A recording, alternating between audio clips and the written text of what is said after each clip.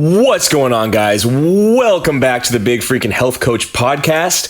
I'm Big Freakin Neil, and I'm joined, as always, by my buddy, my training partner, my brain twin. Brain twin, that's my favorite part. Health Coach Kane. What's up, big guy? What's up, man? How's it going? It's going pretty good. I'm on my second bang in a row, so I'm feeling pretty good.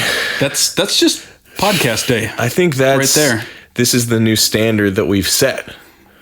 Which may not be a great thing.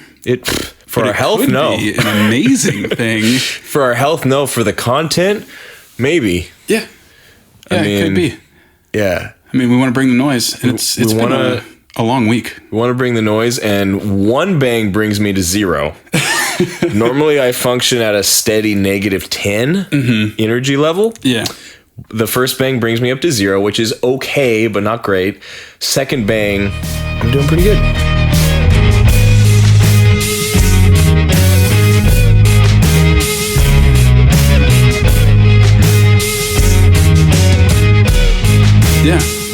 Yeah. Now, I should point out that for trainers in the fitness industry, we are 100% aware that this kind of caffeine intake is not optimal. It's not healthy. We don't recommend it for any of our clients. What ends up happening is when you start as a trainer and you're in a big box gym and you have to train for pretty much 12 hours every day with maybe an hour or two break in the middle. Preach, buddy. Like, you just straight up run out of steam. Yeah. There is no amount of sleep or recovery, and you can't afford to take a vacation. Yeah. You are just... I worked at Gold's Gym from 5:30 a.m. to 9 p.m. Monday through Friday, and then 7 a.m. to 3 p.m. Saturday for 2 years. Dude, I remember when I started there. So, guys, for those of you who don't know, we both worked at the same Gold's. He started there before I did, and when I started, you were that busy. And I remember starting out and seeing how many clients I had initially, which wasn't a lot, and then looking at your schedule being like, how? How is he doing this? I think I set a new record for that franchise group. I'm pretty sure you did. I think with the sessions serviced per week. Yeah. And then a good chunk of those sessions were also like partner or group sessions as well. I had a couple groups in the morning. I had a group in the evening. Yeah. There was a time where I had 45 clients that I was taking care of. Wow. And man, that's a lot. Like, I know that there are a lot of folks who have like crazy online businesses where you can help a lot of people, but like in-person training, that's a lot. So that's long and short of it, how we got into this caffeine cycle. And that's why Neil says the first one just brings you back to basically alive. At this point, our tolerance is just too high. There's no going back. We could probably... How long would it take us to get back to a normal tolerance, do you think? I would have to take, I think, a minimum of a month. I think so too. A total caffeine, like, cleanse, for lack of a better term. Yeah. 0 caffeine for a month, and I think I would start to come back to normal, because coffee's pretty much just hot water right now. I was about to say that the first 2 or 3 weeks of quarantine, I was off of caffeine, but coffee is so negligible to me now that I didn't even count that I was drinking coffee every single day. So I've taken no time off of caffeine in the recent past. This is a perfect segue, though, into something that I want to talk to you about before we dive into our actual topic today. And that is the state of big box gyms right now. Yeah, buddy. It's the wild west out there, dude. There's all kinds of stuff going on. It's nuts. So to summarize... 24-Hour Fitness filed for bankruptcy. As did Gold's Gym. Gold's Gym did as well. And now that is strictly corporate Gold's Gym. I believe that's strictly corporate Gold's Gym. They franchise a lot. 24 does not franchise. Right. So they're all corporate, but each individual franchise location for Gold's Gym is kind of, it's on them to sink or swim. Entity, yeah. But corporate Gold's Gym is closing 700 locations worldwide, last thing I read. Holy cow. Assuming that's accurate, that's insane. That's astronomical. Yeah, I also read recently that I think both LA Fitness, don't quote me on this, but LA Fitness and 24 Hour Fitness are actively in class action lawsuits because they continued to charge their members while they were closed, which is a real bummer. Yeah, that's not even a gray area. That's just bad. It's just bad business. Yeah. At that point. It's like a bad thing to do to people. So I want to get your take on just the landscape of fitness right now, because I've never seen the industry turned on its head like it is currently. And I mean, from my perspective, I feel like there's never been more opportunity. No, I don't think there has been. I think that if you are absolutely married to the idea of having a large membership-based general population facility, your dream's kind of dead at the moment. Yeah. I mean, this is not something that is going to come back soon or in numbers that can actually keep your overhead paid. Right. So I think it's a huge opportunity, though, for private training studios, smaller locations, franchises, even smaller franchises, I think will do better because you have more immediate control over the environment. Right. That being said, I mean, like just looking around here, all the 24s in the area, as far as I understand, are closing. Yeah. That's a whole lot of people who need a gym to go to. The one I think the only one I know of that's staying in the area is the Bothell one, the really busy one. Yeah. Yeah. But I know like there are two downtown by where I live, and they're not going to be reopening. Wow. And so like people need exercise. So here's this huge vacuum of stuff. How do we serve these people, and how do we do it in a very effective, very simple, but very safe way? Right. Yeah, man. I think it kind of comes down to business karma too.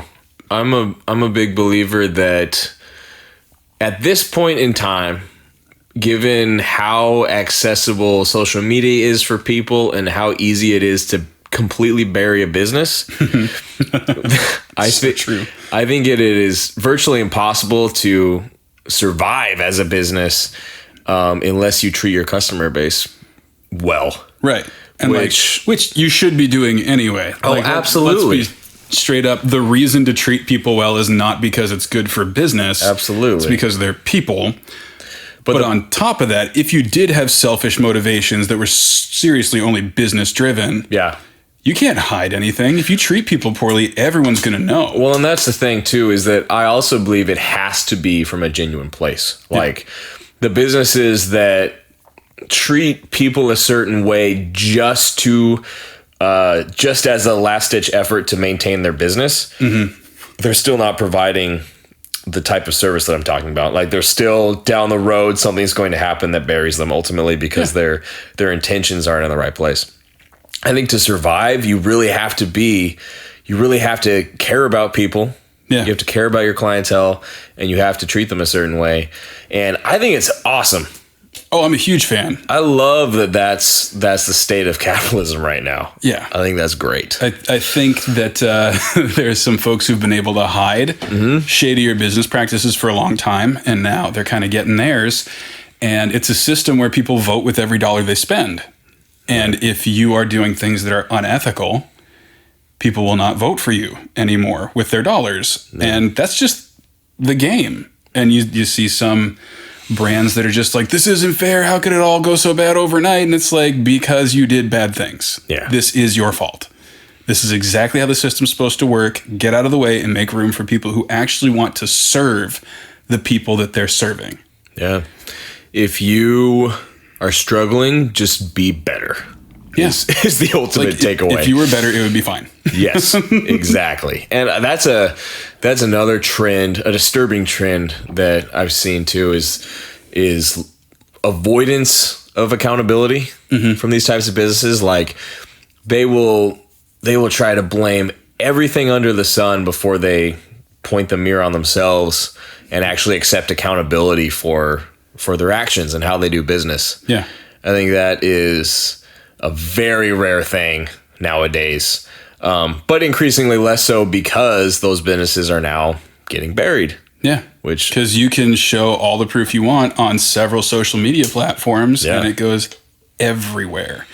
And I love that. I've been a huge fan of responsibility since my first Spider-Man comic. So exactly. That's been one of those things growing up reading a lot of comic books where, responsibility is kind of everything, and you are responsible for everything. Yeah. And it's actually way easier to deal with the challenges in life, even if it's less comfortable, if you just decide that everything is your responsibility. Absolutely. I mean, let's be clear. We are not celebrating the fact that there's going to be thousands of members out there without gyms to go to. Yeah, or all those employees no longer having jobs. Or all those employees, man. Because that sucks. I've known a lot of, and I know you have too, a lot of employees at big box gyms that are great and severely underpaid by their governing bodies, but still awesome employees that don't deserve to be unemployed. Yeah, that's for sure. So hopefully, though, with the landscape of fitness right now, those employees will have enough opportunity to branch off and carve their own way. That's what I hope. And I think for a lot of trainers and other fitness employees, that will be the case. I also think that if we have all those people who decide to take a route somewhat similar to ours and offer their own services, whether they start their own businesses or team up to do whatever, the basic underlying fundamental level of service and skill in the coaching profession is going to come up. Absolutely. I think there will be way fewer people who can just have a good selling fitness manager fill their schedule. I think if you have to show up and get results for your people to stay making money, everything gets way better. And we can just elevate the entire profession, which frankly doesn't get a ton of respect. Yeah. Because we haven't taken responsibility for raising the bar. The fact is, if you're not the highest quality level of coach, you won't be able to survive on your own. Yep. So the coaches that do survive on their own, they're going to be pretty damn good coaches. Yeah. As it should be. Exactly. As it should be. So speaking of being pretty damn good coaches, what are we talking about today, buddy? First steps, big guy. We're starting from day one. Nice. Right now. We wanted to cover exactly what it is that your first step should be for your nutrition, your recovery, and your exercise if you are just now starting your healthy lifestyle habits for the first time, or if life has done what life does and you've been out of the game for a little bit and you're trying to get back on the wagon. Right. Yeah, I mean, if I were a absolute square one beginner right now, I don't even know where I would start. There's so much conflicting information out there on the internet, and everyone on Instagram is an expert and has a conflicting opinion with all the other experts. Yeah. So the goal with this episode, I see it as being the ultimate jump off point for people where you can go and learn everything you need to know, at least to get started. Yeah. The very first step of just starting down the path, and that's what I think we can provide for people in this episode. Yeah, and I think that's well put, because I think a lot of those sources you just talked about call their first step what's really like the third or fourth step. Absolutely. So we want to take you down to the actual foundation. Right. So like nutrition's up first. Yeah. What's our first step with nutrition? Yeah. So what I usually do with my clients, and what I've done for myself personally many times, is when you're starting out on a nutrition program, or even just getting a better handle on your nutrition and sort of resetting, I'm a big proponent of tracking your caloric intake for at least an entire week. The main purpose of that week is to gather data. It's important to point out, too, that you're not changing anything about your nutrient intake during this time. Right. You are tracking a absolute normal, typical week for you, and just gathering that data and seeing where you fall calorically and everything else without worrying about making all of these changes right off the bat. Yeah. For sure. I'm actually doing that starting next week. Again, I do it 3-4 times a year, where I track literally everything that I eat or drink for 7 straight days. And I'm choosing to do it through 4th of July weekend on purpose. Nice. Because I haven't done it in a little bit. And I'm not going to try and make any changes to my nutrition, like you said, because it's just, if you don't know where point A is, you can't get directions to point B. Absolutely. So I'm going to put myself in a position where I'm going to want to eat 17 hot dogs. I'm going to see kind of where I end up if I just eat what I feel like eating, and then make adjustments from there when it's inevitably way too many calories. Absolutely. But like, if I want to eat 5 hot dogs, let's say, and it ends up being 2,000 calories because of buns and stuff like that, Yeah. Like, I want to know that that's what that costs me. So if in the future I have a cheat day or something, yes, I know how many calories that is. And then after the course of the week, the next step is something we'll cover in a different episode about calorie calculations and dialing those numbers and your macros in and stuff like that. Yep. This is square one. Absolutely. Figuring out how many calories you should be eating and exactly what your macro breakdown should be is steps 2, 3, 4, 5. Step 1, just get your baseline, guys. Just figure out what you've been doing and where you're at now, because it's too much to ask of yourself to immediately start making changes without first collecting that data. Right. They don't have any context. Right. It's like when you were a kid and you'd get lost at the mall and you'd go to that map. The very first thing you did was find that star that says you are here. Exactly. That is a great analogy. Everything else was second. Exactly. So Agreed. That's the starting point. Track everything we use MyFitnessPal. We're not affiliated. We're not advertising. We just use it because it's an honestly great app. It's free to download. It's very easy to scan barcodes. You can add your own recipes if you want to, and it will keep up with your intake in like the least cumbersome way of a lot of those tracking apps. It's also increasingly less and less time consuming. Yeah.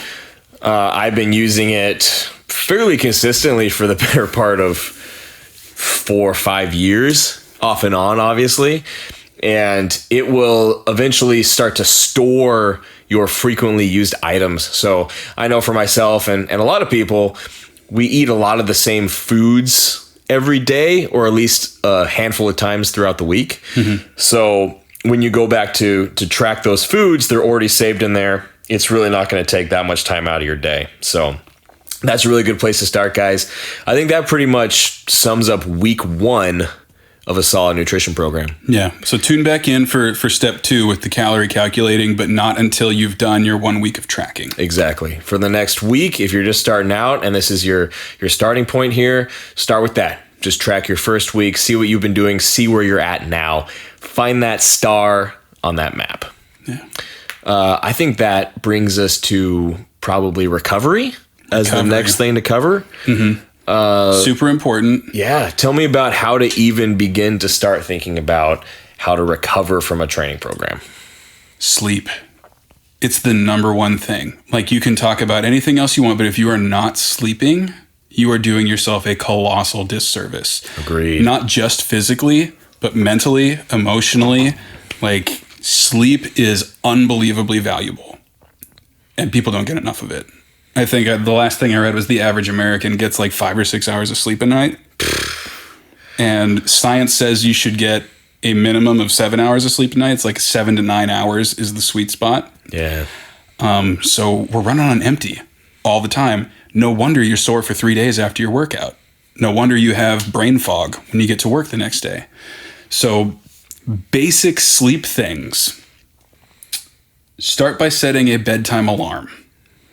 Not a wake-up alarm, but a bedtime alarm. If you have to get up at 6 a.m., then you have to be sleeping roughly at 10.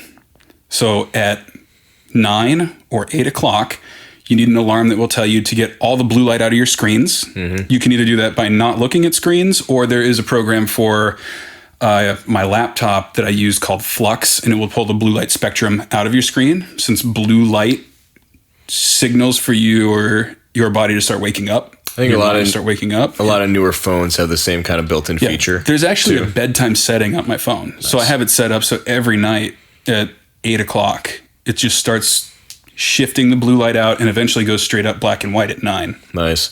I think that's awesome, because for most people, the idea of not looking at their phone for hours before bed is probably not realistic. Yeah. So that's a good option. Yeah.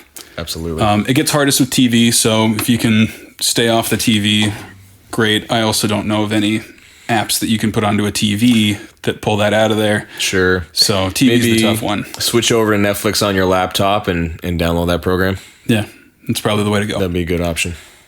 Thing number 2, really black out your room. If your room is still bright, you can see things. Like, we live in the city, and you don't have to turn a light on at night to move around in that room. So we have, like, my wife has the little eye covering sleep thing, sleep mask and stuff like that. I put a pillow over my face. Can you breathe? Yeah. Actually, it's kind of nice. It's like being in a really comfy cave. Sounds really claustrophobic. I mean, like, it rests there. It also covers my ear, though. I have really, really sensitive hearing. So, like, also city noise didn't used to bother me when I was younger. And now, like, we're just chomping at the bit to move back out to the suburbs. Where it's quiet and dark. And then the last thing is your room needs to be just a little bit chilly. Like, it should feel good to be under a blanket, kind of chilly. So you're not cold and shivering, but if you're warm, you don't sleep as well either. Okay. So those 3 things: the screen time, get the blue light out of there, make sure your room is actually dark, and keep it at a reasonable temperature so that you can fall into deeper sleep. Nice. And that should get you your 7 to 9 hours of quality sleep. Nice. Yeah, I think people generally really undervalue sleep as an important step in their fitness. You'll see people taking supplements and doing various other things to enhance recovery, and then they're sleeping 5 hours a night. Yeah. It really doesn't add up. The sleep should be the foundation for everything else. That's the most important thing, guys. So many important things happen hormonally and just in terms of recovery while you're sleeping. Like, that is your most important time for recovery. That's also where all of your progress actually gets made. Yeah. You could spend all day and night in the gym, but all you're doing in the gym is tearing down your body. It has to rebuild itself to improve and get stronger and make the adaptations that you're trying to elicit. Basically, everything you're doing in the gym throughout the day, you are prepping your body for what's going to happen when you're sleeping. Right. So then if you're doing all that, not sleeping, of course you're not going to recover efficiently. Yeah. So I think that those are some pretty good practical steps to improve your sleep quality. Obviously, carving out the extra time, if you are someone who only sleeps 5 hours a night generally, is a challenge, but that's why it's a first step. That's why it's the first thing you work on to start enhancing your recovery process. And as far as that's concerned, my recommendation is to try and move your bedtime earlier by 15 to 30 minutes. Nice. Every few days to maybe a week. It's a lot more manageable that way than just like trying to sleep like 3 hours earlier, because that's not going to happen. You're just going to end up laying in your bed staring at the ceiling, and it's going to stress you out. Sure. So there's your first week for nutrition. There's your first week for enhancing your sleep. I think the next thing we should probably cover is how to get started on a training program. Yes. So if I'm a brand new client and I'm looking to start building myself a training program and I don't have a coach doing that for me, where do I even start? Basics.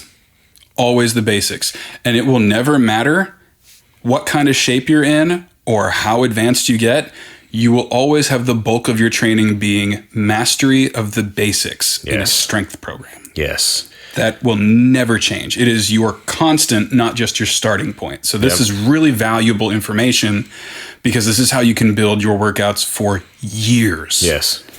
Yeah, I can say for myself personally, as a semi-advanced powerlifter, state records in 3 different weight classes.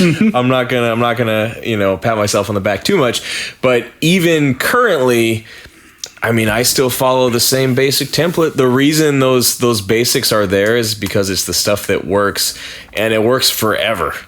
Mm-hmm. You progress in your training and you advance in the movements, but the movements themselves stay the same. Yeah. So I think our best bet for helping people along their first week in training is just lay out those basic movements. Yeah. So there are 6 of them. There are 6 of them. We call them the 6 foundational movements, and they are push, pull, squat, hinge, lunge, core. Now, obviously, core does not sound like a movement. We'll explain that in a minute. Yes. But push and pull refer to your upper body. So pressing is all pushing movements, whether that's overhead in a vertical direction or on your back or facing the floor in a horizontal direction. It's a push. You can pull in the same directions as well. And generally that'd be speaking, like a row / chin up / lat pull. Yes. And generally speaking, because of desk life, you want to get a couple extra reps of your pull in versus your push. Sure. So it doesn't have to be hugely unbalanced as you program it. You don't have to put a lot of thought into it, but try and keep those vaguely even and squeeze out more of your pull if you can. You just want to avoid the lifting bro syndrome of only benching. Yeah. Only doing push movements is definitely not good, coupled with chronic desk posture. Yeah. So more than bench press and bicep curls. Yeah, exactly. Then when we get to squatting, it's a knee dominant movement. You've seen squats before. You don't have to do them with a barbell if that's not your preferred method. It does become the easiest way to put substantial load on yourself, but work up to that. You can do goblet squats with a dumbbell held up against your chest. You can do bodyweight squats. There are a lot of ways to challenge that movement. Hinging is the glute dominant, hip dominant version of that, like your deadlift or your glute bridge or your hip thrust. Mm-hmm. But it works the opposite side of your legs pretty much. So instead of your quads, you're getting hamstrings and glutes. Right. And then when we come to lunging, we kind of just count that as single leg work of both varieties. Yep. So forward lunges, reverse lunges, split squats, single leg deadlifts, single leg glute bridges. Mm-hmm. All these things single are great. Leg hip thrust. Yeah. Basically any single leg squat, any single leg hinge. Yes. Counts as a lunge. And you will get much greater challenge to your balance for those things, but it also keeps you from developing muscle imbalances between your left and right legs. I would say, I bet you're going to agree with me here, the first time pretty much any client who's fairly untrained does a single leg variation of anything, there is a distinctive difference between their strong side and their weaker side. Yes. So by including these lunge movements, these split squats, reverse lunges, single leg deadlifts, single leg glute bridges, you are forcing your weaker side to work just as hard as your stronger side, and eventually that gap will close. And once a client has been working on single leg movements for a while, it is pretty standard across both dominant sides and non-dominant sides. It's pretty equal at that point, which will decrease your risk for injury and just make you better at the two-legged movements as well. Oh yeah, you'll get way stronger with that balance. I also recommend that you start with your weaker leg and then just copy the same number of reps with your stronger leg. Yes. You don't want to work both sides to their maximum capacity, because then that imbalance will stay in place even if they both get stronger. Exactly. So you want to work to the ability of your weaker leg. Yes. So that they do even out over time. Just because you can do 2 more reps on your right side than your left side does not mean you should. No, absolutely not. You should train them both the exact same way, because that's the only way they're actually going to even out. Yeah. So let's talk about core. Core, man. That's a weird one. It is a weird one because there are a lot of ways that you can work a core. A lot of core exercises. In this context, since we're talking about first steps, I'm a huge advocate of using a stabilizing core exercise. Yeah. We're talking like a dead bug or a plank or maybe a polyf press. If you haven't heard of a polyf press, it's pretty much a cable rotation or some kind of twisting movement, but you don't twist. You have the resistance, but you resist the twist. There are videos on our YouTube channel, I do believe. Yeah. Yes, there of are. that. Cool. We can link those in the show notes. Let's do it. But yeah, because what you really need out of your core is stability for your spine. That's the main function of all that stuff. Since your spine pretty much functions like a flexible rod that sticks straight up out of the ground, we want you to build the strength to stabilize it through all the other movements that you would be doing. Correct. Yeah, a lot of people, when they think of core exercises, they'll automatically go to what's called the flexion core exercises, meaning crunches, sit-ups, leg raises, reverse crunches, all of the stuff where you are basically folding yourself in half. That's a flexion exercise.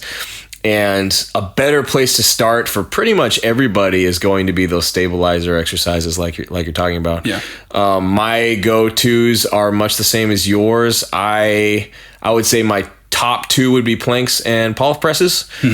I've also found that if people have trouble activating their core muscles, like some people, you tell them, okay, squeeze your abs or flex your core, and they don't even have a sense of what that means. Right.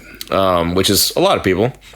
And for those people, if I put them on a pull-off press, it's like a light bulb goes off. Yeah. It just clicks and they can finally feel their core muscles work, which is a super important foundation for future core exercises, because now they know what it feels like to activate their core. Yeah. So really good place to start for most people. Yeah. I tell people, brace your abs like someone's about to punch you in the stomach. Yeah. And they pretty much nail it every time, because no one likes getting punched in the stomach. It's a good go-to. Yeah, that's a good. Yeah, that's a pretty solid one. But they do feel it very well during a pull-off press. Yep. If you have trouble keeping your hips up during a plank, then I'll flip you over and do a dead bug. Good call. Because I don't want you posting up on your hip flexors and calling it an ab exercise, but that's not super common. Sure. Most people are good at bracing into a plank. Sure. So essentially, we laid out the 6 most important movements.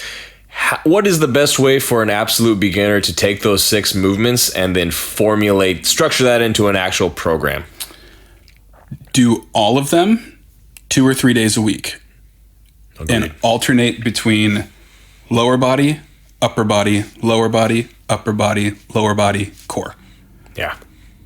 That's the easiest straight up. If you want to end up doing anything more complicated, that's for a different day. Absolutely. But that is where you start. 2 or 3 times a week, total body workouts. Yeah. Alternate upper and lower body. And guys, when he says alternate upper and lower body, he means within the same workout? Within the same workout. So in other words, you'd be alternating a push-up with a squat, etc. The idea is you're doing full body workouts multiple times per week. That is a really good place to start for most people, because it's a lot of frequency. You're working every muscle in your body essentially more than once a week, as opposed to, say, a body part split where you're just working one body part. Chest once a week. Yeah. Legs once a week. And right. Yeah. So that kind of volume is not needed at this point, and also can be detrimental because it's going to be really hard to recover from. Right. And it's also less effective, less efficient, because your frequency is going to be a whole lot lower. So if you're a beginner or if you're resetting your training program, just do the full body workouts, stick to those 6 basic movements, because it's the stuff that actually works. And you don't have to do a different workout every day of the week. Yeah. Like if you are just getting back into it, you can write one workout, do that same workout 3 days a week, probably for your first month, and see plenty of progress. You don't have to freak out about it and have something new to do every time you go in. Yeah. Just get in the habit, get the work done. And when you start to get bored, it means you've made some progress. Yes. And then it's time to get to the next step. The name of the game with your training program, guys, is always going to be consistency. People put too much value on mixing it up constantly and always trying to give their body something unfamiliar and new, when in reality, the way to see the best results the fastest and the most consistently is to just stay consistent with those same exercises and actually give them a chance to progress. Yeah. Because if you're throwing different exercises and movements at your body every single time you work out, you're not doing anything long enough to get better at it. Right. Essentially. Strength is built out of repetition. Yeah. If you don't do the same thing multiple times in relatively close succession, it's not enough of an imposed demand to make an adaptation. Sure. So stick with the basics, do them for a long time. And I'm telling you, I've trained some professional athletes and things, and 80% of their programs are masteries of those 6 movements. Yeah. And then there'll be like 1 or 2 sport specific exercises. Yeah. And that's it. So even way down the line, that's what you're doing. So get comfortable with it now. Focus on nailing the form. Yep. The variety down the road honestly comes more from variations of the same basic movements. Yeah. So I mean my specific training program now is very different from what it was day one. but all the movements are still there. Yeah. It's all the same stuff. It's just as you progress and get more advanced, you switch to more advanced variations of the same movements. But the movement systems are always the same. Yeah. I mean, when we train together, it's a heavy push, it's a heavy squat, it's a heavy deadlift, which is a hinge. Yeah. We do a lot of that stuff. The basics, man. Because consistency is the only thing that works 100% of the time. Yeah. That's it. Agreed. Even if you have the greatest training program from the greatest master trainer on the planet, if you do that inconsistently, you will get worse results than a not so great training program done consistently. Yes. There's no replacement for consistency, guys. That's the name of the game. Yeah. So that's why we keep driving it home. Just keep showing up. Yeah. So now that we have first steps for everything, we have track your food for a week. We have get better sleep. We have push, pull, squat, hinge, lunge, core for your 3-day-a-week exercise program. Yep. What are the big common beginner mistakes that they need to avoid? Yeah. Let's pick maybe one or two that are just really common. Yeah. So I'll start with the most common one that I see personally, and that is what we trainers like to call program hopping. Yeah. So program hopping, guys, is when somebody starts on a program. They see maybe a little bit of results initially, but as soon as those results start to slow down, which they always do, they immediately assume it's not a good program or it's not working for them, and they switch to something else. This is a very common cycle that beginners can get into, where they're constantly hopping from one program to the next and never actually giving each program long enough to really work for them. They expect results faster than they should, and they lack the patience to actually stick with the program and give it a chance to work for them. Yeah, I agree with that 100%. And I think it's not even really their fault. If you read, and I used to be a big men's health reader. Yeah. And I still like Men's Health magazine a lot, but the cover stories on there, abs in 21 days. Yeah. 2 weeks to bigger arms. Fake. Yeah. So fake. Nothing happens in 2 or 3 weeks. Yes. It's just not possible for that to happen. Right. So you need to have the patience. If you have tried a program for 6 to 8 weeks and absolutely nothing has happened, Yeah. then maybe it's time to start thinking about making a tweak to it. Yep. But if you're 2 weeks in and you're like, dude, this looks exactly the same as it did 14 days ago, Right.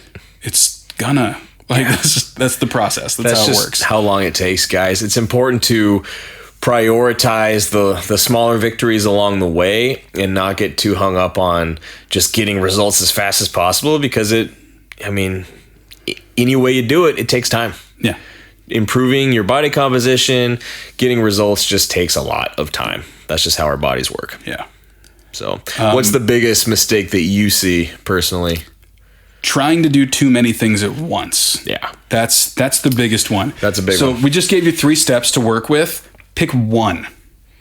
Seriously, just pick one. Whichever one you are most likely to do consistently. Yeah. Pick that one and only work on that one until that habit is established. Yeah. It's been shown in several different studies that on average, when you start a new habit, a person has about 80% compliance. They will adopt that new habit 80% of the time when they try it. Yep. As soon as a second habit is introduced simultaneously, compliance for both habits drops to around 20%.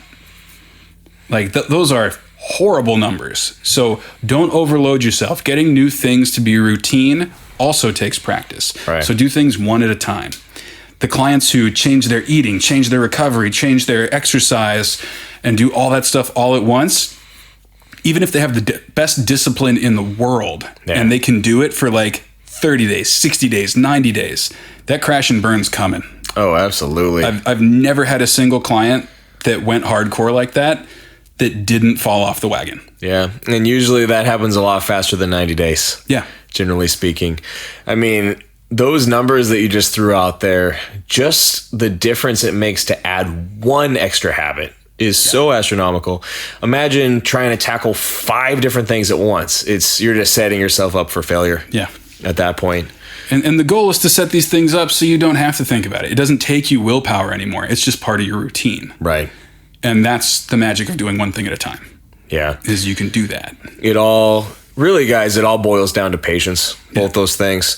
Be patient, give your program enough time to actually work for you, and then be patient with yourself. Don't put so much expectation on yourself week one that you tackle 3 things all at once and then none of them end up actually getting done. Yeah. So Absolutely true.